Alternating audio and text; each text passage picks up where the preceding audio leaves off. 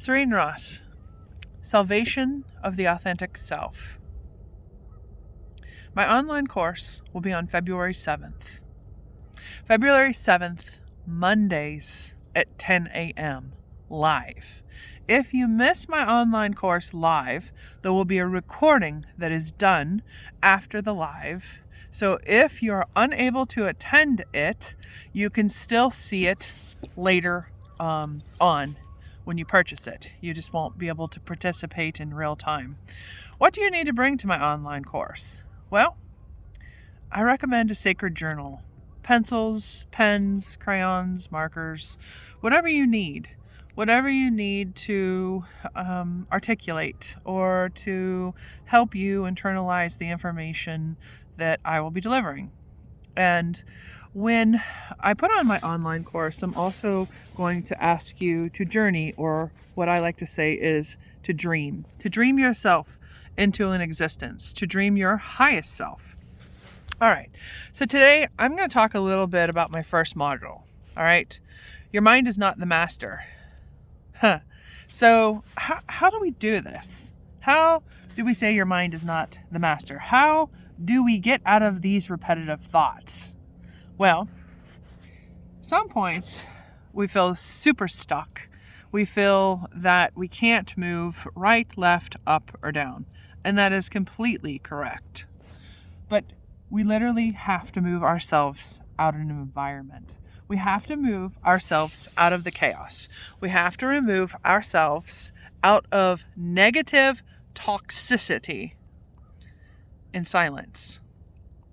Today, I'm going to share a place that I go to remove myself from the ordinary world and sit here over by the lake in Shelbyville.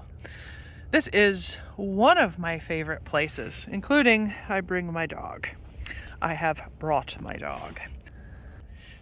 So as we turn back around here and I step out of my entire existence, I detach from what is going on in my life at the present current moment. I may do a silent meditation out here at the lake. I may just sit and listen to the nature. This is one of those keys that I use to find my own center. This is also how I would teach you to find your highest self on my online course. Why? It is very important because we can't see where we begin and where we end. And when we can't see where we begin and end, it creates a mass chaos and we feel like we're suffocating in a plastic bag. So to find ourselves is to take that pause, that moment, to silence our world around us, the cars beeping, the people talking, whether good, bad, or ugly. So as we sit in this silent place, we come in and we take in the view. We smell the wind. We sit and allow ourselves to be immersed in nature. One of the other techniques that I use is breathing the earth into the body. So what you do is you create a visualization and you visualize the earth coming over your body and washing back down.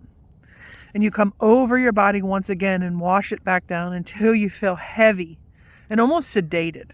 This works very well with your feet on the earth, the Pachamama. And as your feet are touching the earth, you feel like a part of that earth. And you continue to breathe through your nose, out your mouth, and letting go of whatever is around you that is possibly tormenting your mind. So the other piece is calling the white light over you as well, immersing it and letting it wash over you. And when we do that, we combine heaven and earth.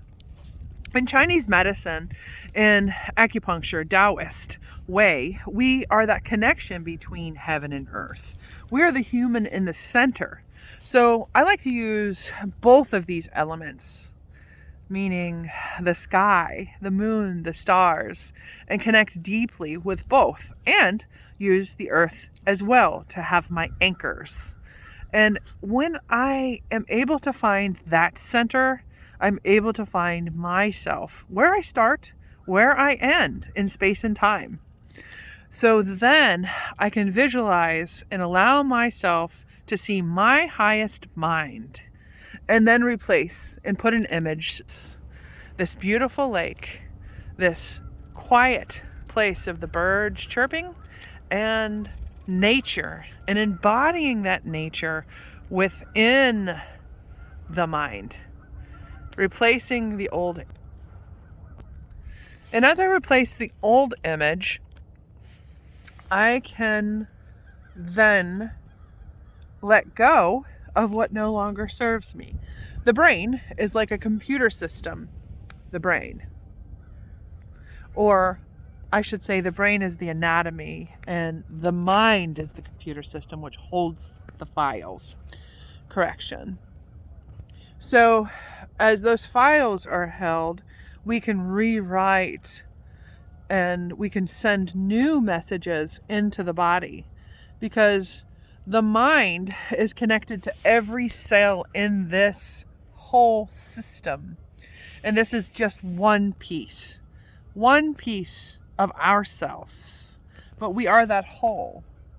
And it is the physical, the mental, the soul sexual, the spiritual, and the emotional.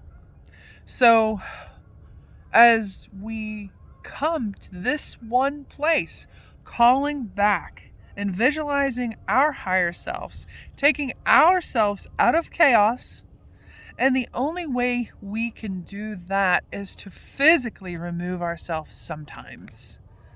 And it's no fault of anybody else. We are in charge of ourselves, and we are responsible for our well-being.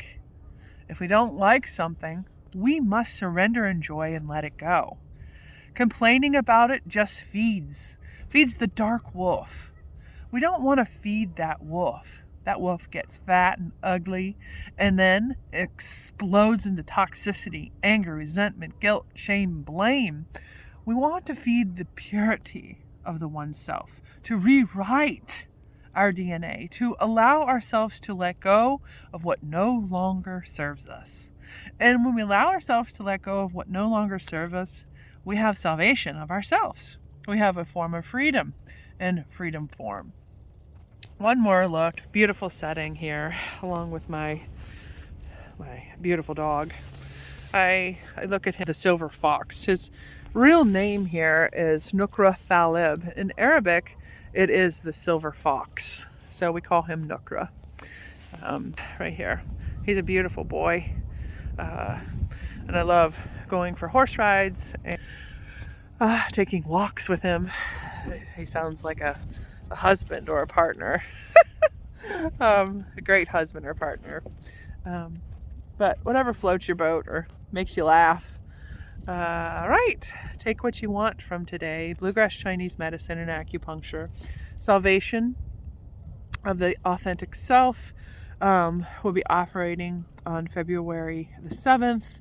And stay safe, stay warm, and stay healthy as best as you can. Thank you.